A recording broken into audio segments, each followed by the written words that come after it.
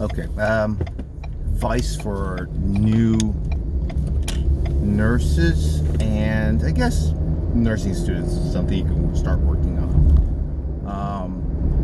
And I mentioned this, I think I went over almost the exact topic in the previous video, S-bars. This is not the doctor S-bars that they really push in nursing school. That S-bar, depending on the doctors are, well, no offense, they got attitudes and whatever. By and large, there are probably a minority of doctors and whatever that are good, but I find, it depends. Maybe they'll start aging out or whatever. It's just the old guard, the really old guard. Most of them were really nasty. From what I've heard from other nurses, older nurses, ex-girlfriends that were nurses, they're like, no. But the newer doctors tend to be a lot more personable, a lot more personality, able to interact and understand. Understand you're either nervous or letting you get to the point. The S-bar that they teach you in school, it's I don't want, facilities are different and what have you. But by and large, the doctors know the patient once you can identify it. It's like, Mr. John Smith, it's Ray in General Hospital, level 3, room 62, John Smith, 87-year-old male. Okay, yeah, I know who he is. All right, getting to the point, blah, blah, blah, right? As long as you zero into that, that's really, that their brains click and he or she can really focus on saying, yeah, it's predominantly a GI problem. What is it now? What's going on? He's having a stroke, blah, blah, what have you. The S-bar I want to go over, and I'm sorry to get that out of the way because I wanted to differentiate it, is the one you give to nurses, nurse to nurse, handoff. It's also called S-bar, but by and large, it's handoff, right? That is very critical. And I'll the reason why this video is to not go over the fine points or what have you, is to give you the behind the scenes why it's critical. The nurse reasons why it's critical. Not the technical nurse reasons, the day-to-day I want to survive. I want to get good with my fellow unit mates, I want to get in good.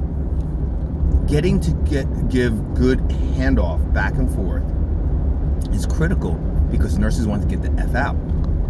But we want to still do it where you get the right information, So that's the critical aspect. Not so much doing it quickly, but doing it quickly, effectively, efficiently, and hitting the right points. Now, your mileage may vary, but I go by, look, Epic or Cerna, whatever, you can look up the hardcore information. That doesn't mean you can get away with not doing that. But I'm saying in addition to that, until you know the nurses that you're dealing with, you want to get all the objective information and get the subjective information if you can glean out from Epic or whatever software you're using, or during handoff, and then hand it to the next nurse. I always want to know what's not in Epic, because I can find out what's in Epic. I can look it up. I can click just as good as any other nurse.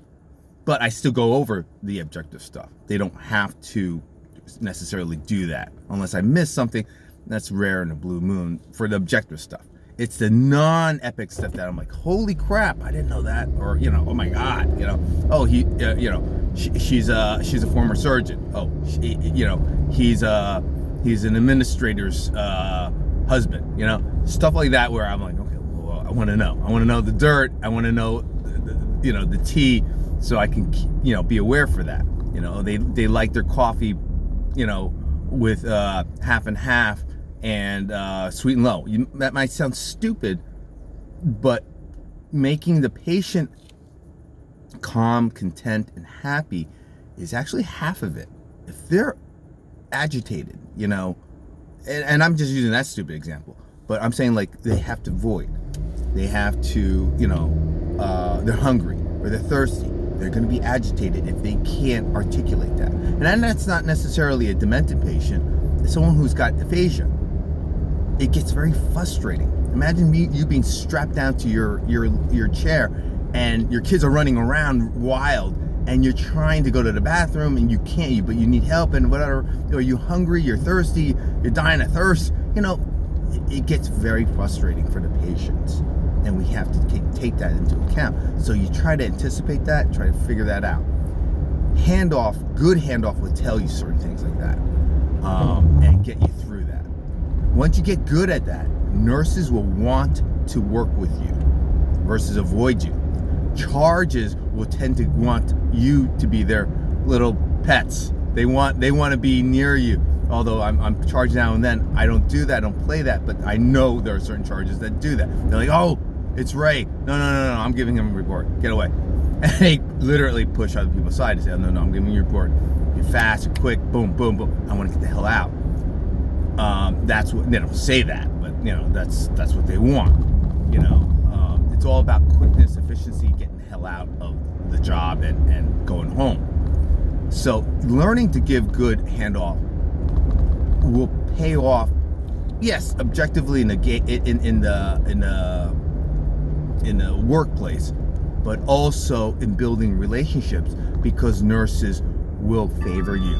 They will come and say, hey, look, can I switch with you? And I want to have Ray take this group. Oh, he's better at it for whatever reason. Blah, blah, blah, blah. No, they rather give me handoff or what have you, back and forth. It's easier. This person, and this is what triggered the video. Some nurses take a long time. There was an instance yesterday where it was like 8:36 and they were still in handoff. That's an hour and 36 minutes after shift ends.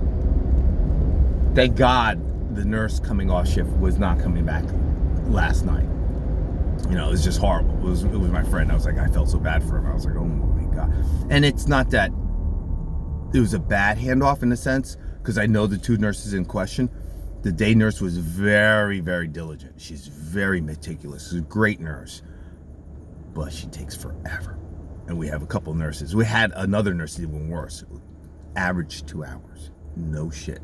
Average 2 hours. People cried when they said, oh my God, I've got Jane. I literally saw no less than 3 nurses break down and start sobbing when they saw the schedule, and they're like, I've got Jane. I'm sure them having a bad shift played into it, but they were just like, I want to get the hell out. I gotta drive an hour away, right? It was sad. I couldn't do anything about it. It wasn't me. I don't do the assignments, but it was no joke. It's that important. So you see a grown person start crying, sobbing, it's important. Okay? Good luck.